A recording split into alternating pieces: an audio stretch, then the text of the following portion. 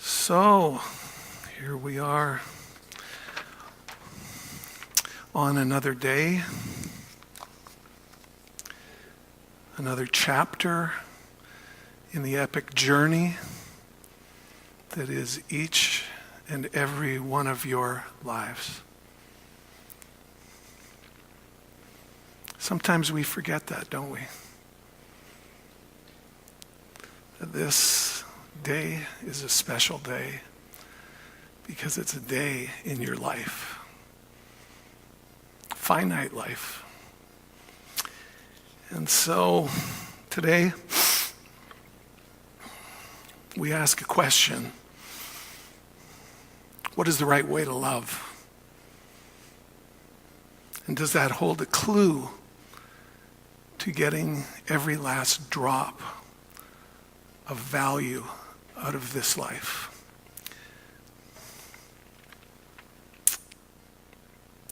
I'm going to begin with a story of a woman most of you are familiar with. Her name is Oprah Winfrey. And it's just a short glimpse into the person that she was long before any of us had ever heard of her. On a Sunday morning in 1984, Oprah woke up and, following her usual routine, began to read the New York Times book reviews. On this particular morning, she read the review of a new book called The Color Purple by Alice Walker. The glowing review so intrigued her, she got out of bed, put on her overcoat, and went straight to the bookstore. When she located the book, she opened it to page 1 and began to read. Already aware of the book's theme from the review, the opening words hit her like a lightning bolt. It read, "Dear God, I'm 14 years old. I've always been a good girl. Maybe you can give me a sign letting me know what is happening to me." The words so reminded Oprah of her own life. She recalls thinking, this is my story. Oh my God, somebody else has this story? Oprah bought the book, went home, and began to read. She didn't stop until she'd finished all 271 pages. The book, which addresses themes of poverty, sexual abuse, racism, spirituality, and eventually transformation, absolutely possessed her. In many ways, it was a story of her life. What Oprah did next reveals much about her vibration at that time. Although just 28 years old, Oprah was so moved by the story that she knew anyone reading it would be changed for the better. She returned to the bookstore the next day and bought all of the remaining copies so she could give the book to anyone she thought it might help. For Oprah, a purpose had been revealed. She says, "I handed them out to everybody. Everybody I knew at work.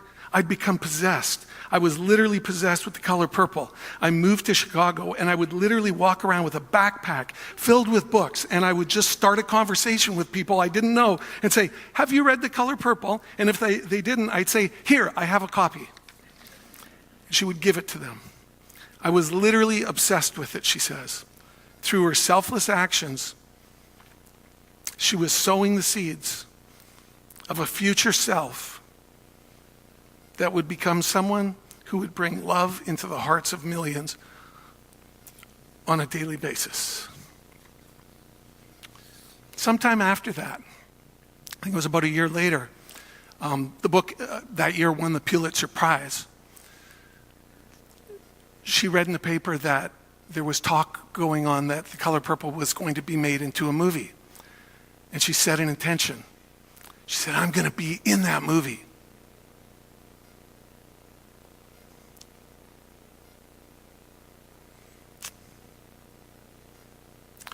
So let's just hold that thought.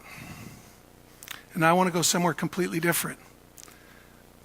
Let's just understand. I want to understand something about the world before we go further into this. So I'm going to ask you a question. Is the world getting better or worse? And you don't have to answer out loud. And there's no right or wrong. Everybody has their interpretation.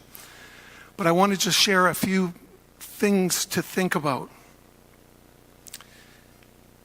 In 1800, out of 195 countries, 194 of them, it was legal to own slaves.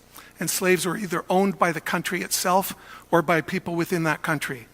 In 2017, out of 100, well, actually now more than 200 countries, there are only 3 countries that still don't have laws prohibiting slavery. So from 1800 to 2019, the world's changed quite a bit. And I think we would all agree that it's better. Children dying. In 1800, 44% of children died before they reached 5 years old.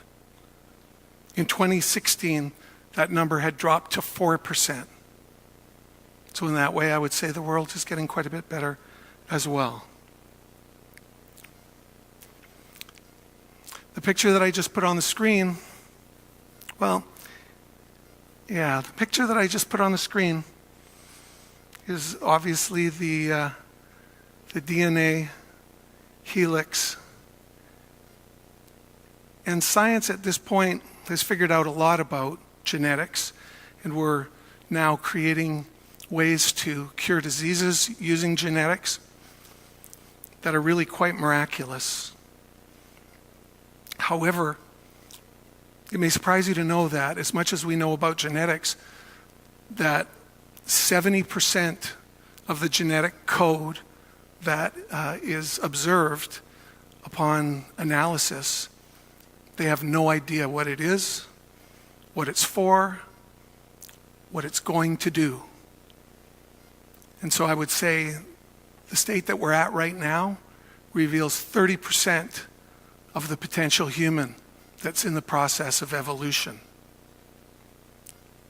And that very likely the end, or what they call what Pierre Teilhard de Chardin called the omega point, the end point of human evolution, is something probably far more magnificent than any of us could possibly realize. And one of the things we know about genes is that they don't have to express. Generally speaking, they require stimulus from the environment. That's why if you had a gene for a disease, you don't have to get it if you take care of yourself, if you avoid environmental stimuli. That could be or internal stimuli in terms of thoughts and so forth. But just know we have that massive amount of genetic coding that is yet to express in any way, shape, or form. It's waiting to be triggered. This is Dr. Barbara Fredrickson from the University of North Carolina. She wrote a book called How to Make Love All Day Long Without Getting Tired or Fired. She's studied the concept of happiness at great, deep levels. And she, like almost all of the great philosophers and mystics, came back with the finding really that what makes people happiest is to be in a state of love. So then, being the academic that she is, she dug even deeper. And she said, well, what is love to people? What does it mean? And what she found in researching thousands of people was that the majority of people in America, and I don't think we're much different here in Canada, responded on the surveys that love is finding that special someone. And she thought about it for a while and she said, that's tragic, because the statistics show over 50% of people in America don't find or have lost that special someone. Surely there must be something more to love than this. And as she researched over a period of decades, she came back with the answer that love is around us all the time, that there are opportunities for love in every moment. She called it micro moments of connection. It can be as something as simple as a smile expressed to a stranger walking by. But for many of us, perhaps because we haven't practiced this kind of love, which is really universal love, we've yet to really establish the neural circuitry to receive the full gift of warmth and love. But there was an amazing finding about 2,500 years ago. Notice this podium is going forward as I lean on it.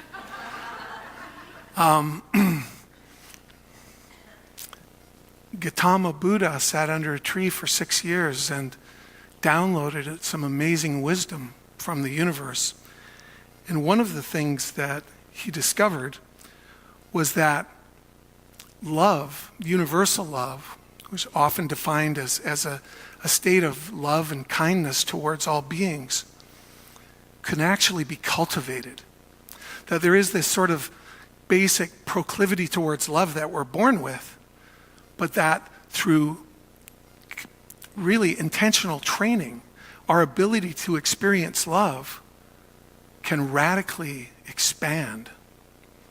And this has now been verified in neuroscience. What we have there is a picture of the Dalai Lama's interpreter, Matthew Ricard, getting ready for an MRI where they're going to examine his brain.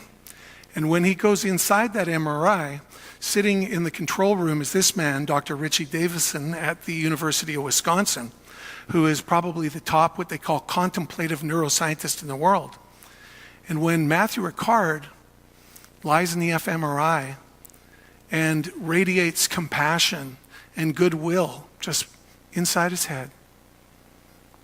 But remember, we're all one.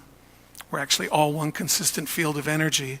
But when he does this, the brain region, the right prefrontal cortex, which is responsible for joy, lights up with a greater intensity on Matthew Ricard than it does on any human being observed up until that point. He has a capacity to experience joy at a level that is far beyond the average individual, as just shown by how bright that part of his brain gets. And so, if you stop and think, well, if love leads to happiness, compassion leads to happiness, maybe that's something worthwhile that we would like to do. I also want to propose that this level of love is vibrationally, at a quantum physical level, the vibration that has the most impact in the quantum field and is what is responsible for greater states of health and even the miracle working powers of the various avatars that have lived throughout recorded history. So it's also important to understand that love is actually part of the evolutionary force. One of the reasons that it's projected or explained that things like violent death, elimination of slavery, people through outreach taking care of child poverty, etc., are going away is because people coming from heart-centered thought are going out and taking action and making a difference. And so it's well known in physics that there's a law called entropy, second law of thermodynamics. And that says that basically everything eventually comes apart and reaches an equilibrium with everything else in this field of energy.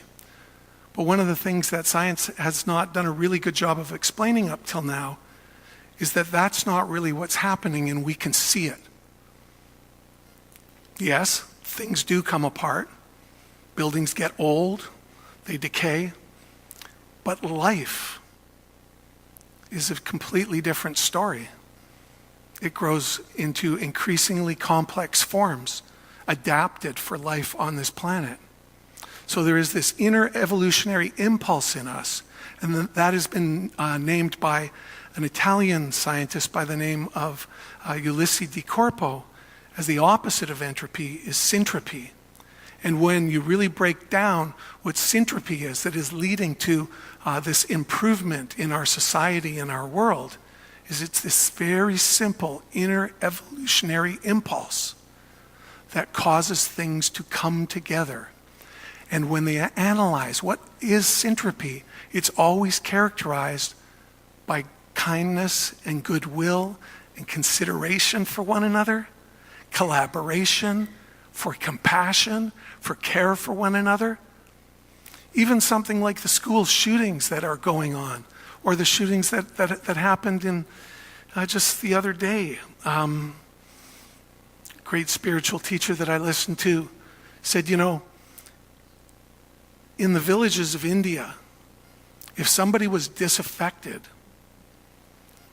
they wouldn't be shunned in the hallways of high schools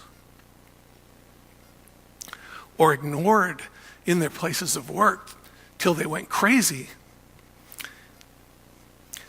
People in those villages would sense that something is wrong, and they would gather around them and work with them with love to make them feel included. And if you think about where our society is right at the moment, it's long overdue for a dose of that kind of love here in the West. And we can do it, and we will do it. But the question is how long will it take? Because it's the evolutionary impulse. It's where we're going. It's why when we look back over every 100 years, we've become more and more civilized and peaceful. But it's so hard in the moment, isn't it? So hard when we see things that are going sideways. But we can cultivate it as we've seen.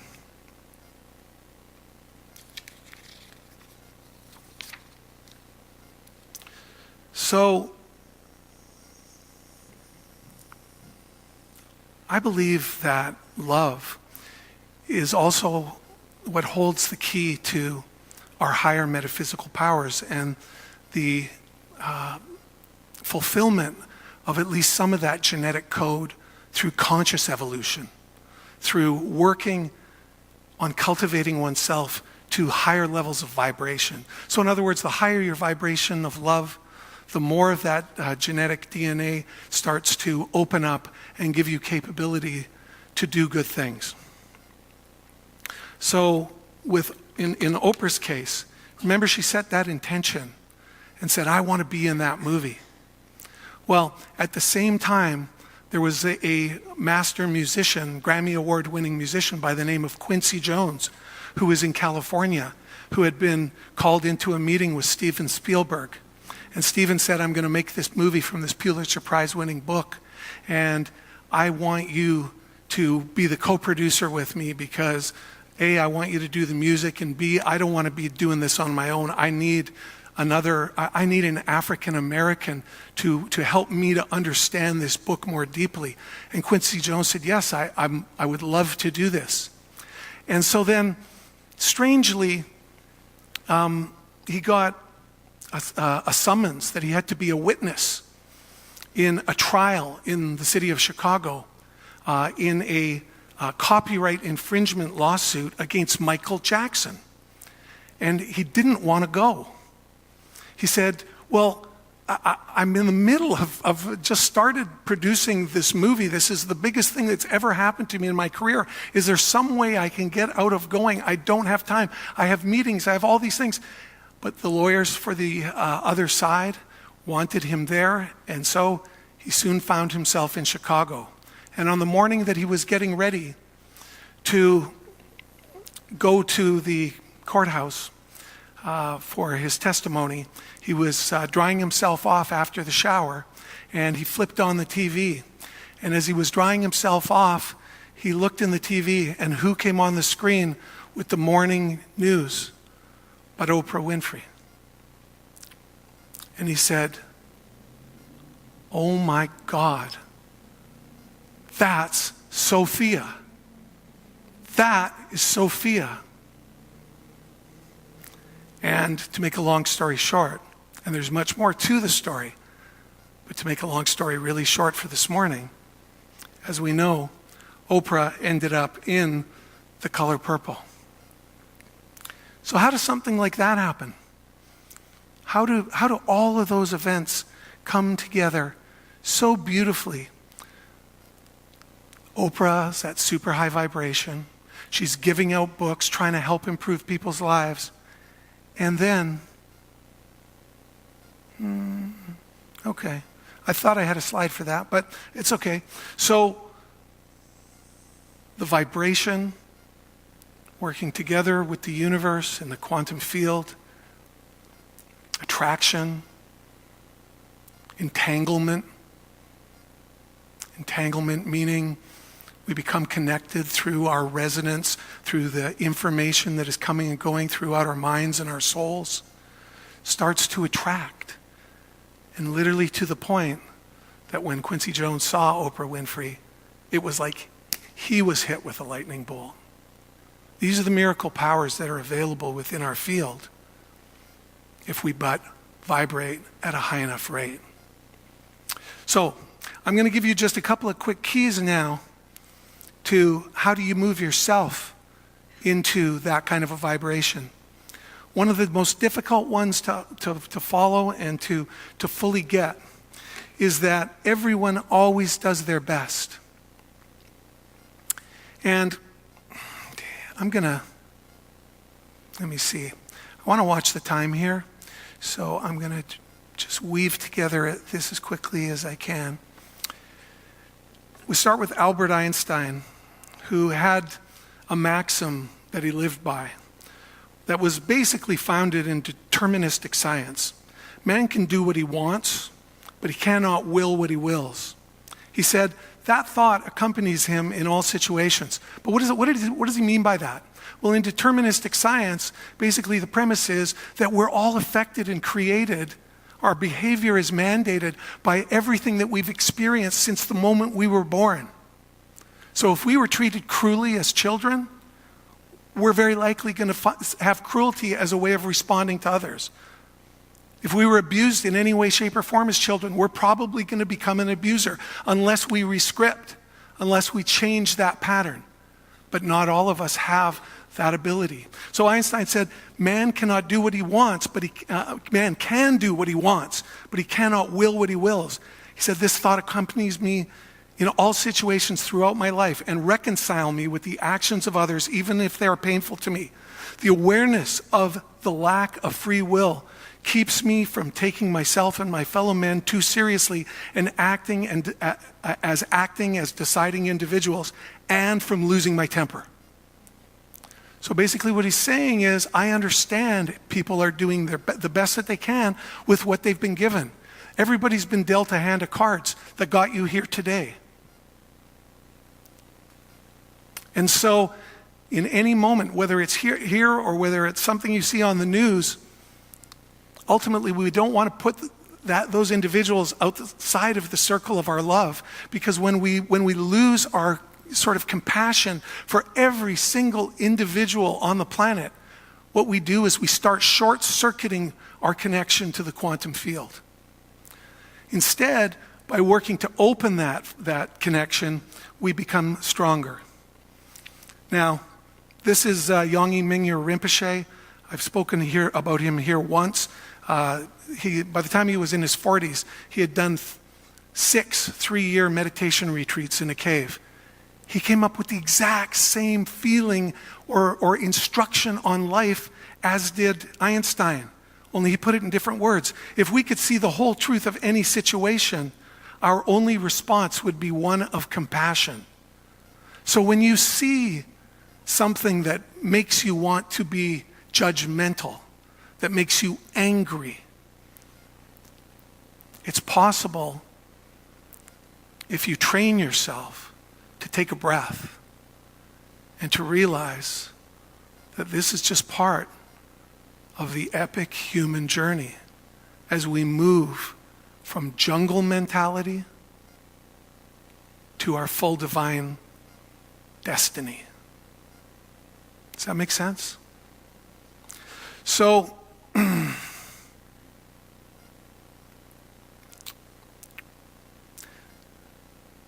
anger. I mean, just a couple of thousand years ago, you don't even have to go back a couple of thousand years ago. If you go back 150 years in England, the murder rate was 30 times what it is in the US today. We're improving, but it takes a while. So this is one of the reasons why I'm a huge advocate of meditation, and specifically meta meditation, because you train the mind to observe the mind. One of the reasons why we've increased in our sophistication, why we're able to be growing and maturing the planet and doing all the good things that we're doing, is because when the prefrontal cortex developed in man, for the first time came with it the ability, finally, to think about what we think. Instead of just crawling out of the protean sort of plasma goo that was our initial stage, and being an animal scratching for survival in a jungle where we could get eaten, we've evolved now. Now we go to the grocery store. Now we can turn on a tap and get clean water. Things have gotten much easier and much better. But we still have another part of our brain called the amygdala, limbic system, which is designed to save our lives. And not only does it very quickly put us into a state of fear, which is the opposite of love, but it also has a tendency to tell us to attack. So when somebody comes up to us and is unkind to us or treats us unfairly, not only can we not like that, but our tendency that is coming from the amygdala, or what might be called the lizard brain, is to immediately think something equally aggressive and antagonistic back towards that person. And so what happens is, you're at a vibration like here, somebody comes in with a vibration here, and then they push that vibration. Now you have a choice. Do I stay here? Or do I go here? Or do I come down to here and get into absolute conflict? Now, sometimes we can go into conflict and we can win. And then the ego says, you see, I stood up for myself. But there's a toll, a price that your body pays, and in many cases injured. We can never take back word-spoken anger. So what if instead of going down and fighting, we just held our vibration, and we realized that this individual that is confronting us or causing us some suffering and pain is not doing it because you're a target, a conscious target, but is doing it because they have some unmet need. And so I believe it comes from the Course in Miracles, a very basic principle, although hard to actually live, which is every communication is either an extension of love or a cry for help. What if you could embody that? So when somebody was aggressive with you, or unkind to you, or unfair to you, you actually could take a breath and go, oh, this person is really struggling in this moment. It would be silly to think that they're doing it just to antagonize you. It's because they themselves are in pain. And you say, instead of, even if you can't raise necessarily up higher, what if you could just hold your space and take a deep breath and realize that maybe there's a better way than getting down or having your own vibration lowered. And simply sometimes just taking a breath, opening your heart to that individual, because our heart tends to close and get ready for battle. Instead, say, oh, I feel bad. This is internal dialogue. I'm sad that you are feeling this way. Let me open my heart to you. Let me send you some love. And then maybe say to them, I think we really just both want the same thing. I know you want to be happy. Maybe we can talk about it. And in that moment, we can have a completely different trajectory on where that relationship goes. So, I'm going to close with a couple of very quick stories about using the power of love. So, I guess it was maybe about 3 or 4 years ago, I was getting ready to go to a conference in Miami, Florida.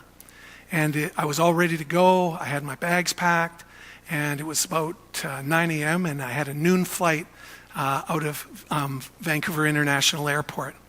And for some reason, although my passport's always in my briefcase, I decided I better just check to make sure my passport's there. And I opened the special pocket where I kept it, and it was gone. So now I have less than 3 hours to get a passport. And I said to Linda, and Linda said, well, check on the website, see what it says you should do. So I check on the website, and I called into the Ottawa passport office, and they said, well, we have a thing called emergency passport replacement. If you fill out the forms that are online, you can go down to the passport office, and for a fee, you will be able to get one fairly quickly. You should be able to make it. So I'm like, honey, Linda prints it out, filled out almost all of it. I'm getting all my stuff together, and now instead of going from my place to the airport, I have to go downtown and then out to the airport. So I drive down to the airport, I drive down to the passport office, and as I'm driving down, the thoughts that are going through your head. I'm going, I've been to this passport office before. It's always packed with people. This is not going to be easy. And then I'm having all these visions about, the challenge of getting in there and lineups, and am I going to miss the plane, etc. I get in, and it's exactly as I pictured. The place is wall-to-wall people, and so I'm standing in line. It's now like 10 o'clock or what have you, and finally, I'm next up. And somebody steps away from one of about 10 wickets. And I walk up to the wicket, and I've got all my paperwork, and I put it down, and I said, yes, I'm here for the emergency passport replacement. And, I have all the paperwork all filled out. And this individual looks up from the counter and looks me square in the eye. And he said, what time is your flight? I said, it's 12 noon. He looks back down, he looks at me, and he says, so you're telling me, because it's going to take you an hour to get to the airport, you're telling me that you want me to get you a passport in 1 hour? And he's upset. And in my mind, the wheels are turning.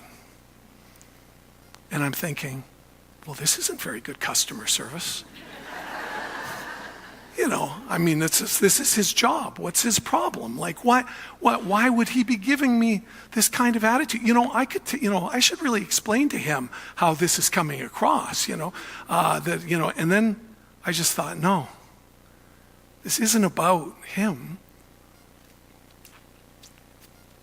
I don't need to make him wrong in this moment. I'm just trying to get a passport. And for some reason, and he was like standing there waiting for my answer, I looked at him, and I just looked him in the eye, and I said, I'm just trying to get on the plane. And you could see him soften as one soul looked into the eyes of another soul and explained a predicament. And I went right through the wall of the harried, abused civil servant, and I found his compassion. My heart connected with his. And he said, well, it's $200, and I can't guarantee, because I'm not the one that does it. It's in the back office. And he said, and I can't guarantee it, but he said, if the people that they phone for references are there when we phone, we might be able to do it. I said, great. And I gave him the credit card. Then I had to wait. I because we were steaming towards 11 o'clock. Now it's about 10:30. And we had phoned a few friends who were going to be waiting by the phone. And they said to check back at this one informational counter in about 15 or 20 minutes. So 15 or 20 minutes, I checked, and they said, unfortunately, one of your people didn't answer the phone. So I had to go to the phone. We had to call again. I went back to the counter. I said, they say that they'll be there. We'll try again. They're like, okay, thank you, we'll try. And they went away. Said to come back in 15 or 20 minutes. I went back up to the counter in 15 or 20 minutes. The girl at the counter now seen me 2 or 3 times. She says, let me go check. And she went and she came back. She said, yeah, they got a hold of the second person. So, they're working on it, but they've got machines that they make these with and so forth. So, we'll just have to take some time to get it done. And I said, no problem. I'm looking, it's, now getting very close to 11 o'clock. And I said, I sort of stood back and I was just waiting, leaning on a pillar. And then at one of the counters, there was a lady, and she was talking at one of the wickets. And she just started screaming with all her lungs at the civil servant on the other side of the counter. And I just looked at it and I went, wow, I don't want to be that for any reason, because these are all people just doing their jobs. They're all stressed out. And eventually, obviously, that died down. And then I looked over to the counter where the lady was coming with the news, and I just glanced at her, and she's waving at me, and she's like, 5 minutes. And I thought, wow, from the first guy who was so aggressive towards me to the end of this experience, and they're now like trying to get my attention and trying to make me, feel some sense of certainty that it's coming. So I got the passport, and I got in the car, and now it's about 45 minutes to noon, and the plane leaves at noon. Now as I'm driving, new voice in the head. The voice in the head at this time is like, hey, you're supposed to be there 10 minutes ahead of time, or an hour ahead of time at least. So I think, well, nothing to lose. I call the airport, and I say, the airline, I said, I just got hung up. I lost my passport. I got it. I'm driving. I'm going to be there before noon. Is there any way I can get through? And she said, okay, well, we'll call ahead and tell them that you're coming. I said, thank you. I hung up. I got there, parked the car, ran into the airport. I got to I think it was United Airlines. I get up to the United gate. Nobody, there is no people. The 2 ladies standing at the desk. And as I walk up, out of breath, they go, are you Randy? I said, yes. They said, come with me. And they take me, and the lady walks me right in through customs, past all the people, right up to the special customs gate agent, and takes me right through. I had no wait. I get to the thing, and they had boarding had been delayed, so I was early. So this is the kind of thing that you can expect when you begin using the power of love. And there's a lot to it. Even today, I can't say that I walk and talk and breathe and live every second in love. It's hard. It's hard. But when you know where you're supposed to be, and you open enough mental space through meditation to have a space between stimulus and response, and instead of taking the first response that's offered by the lizard brain, which oftentimes can be anger or attack thoughts, instead you say, no, take a breath here. What is it I'm trying to do? And how can we do this together? The outcomes are almost always superior. And you know what? Let me close just by saying that this is something that is inside every one of us is this ability to rise to a higher level, to have a higher outcome, and to be happier, to not need love, but to be instead to always have love, and to be a center creating love. And that, this morning, is my wish for you. Thank you.